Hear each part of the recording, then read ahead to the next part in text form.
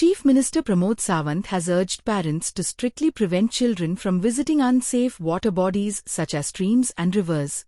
He said he feels deeply saddened whenever such drowning deaths come to light. While the government is implementing safety measures, he emphasized that parental vigilance is key to avoiding such tragedies.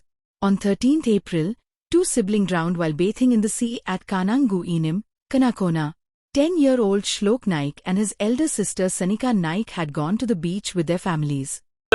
ड्रावनिंगाचे cases गोंयांत खूप वाडले. भुरगीं वयता आनी खणींनी bin अशें हें जाता.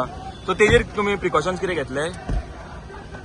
म्हणजे सगळ्या लोकांक आनी पेरंट्सांक कळवणी आसा की गोंयांतले ज्या ज्या जाग्यार स्विमींग अशा पद्दतीच्यो न्हंयो उथळ आसात आनी पिकनिकेच्या निमित्तान जे लोक वता ते पेरंट्सांनी अशा पद्दतीच्या भुरग्यांक अशा डेंजरस जाग्यांचेर धाडचे न्ही.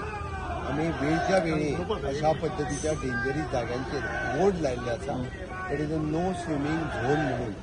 आनी तरी सुद्दां लोक स्विमिंगाक वचपाक न्हावपाक थंयसर प्रयत्न करतात, न्हातात आनी अशा पद्दतीन इन्सिडंट्स जातात.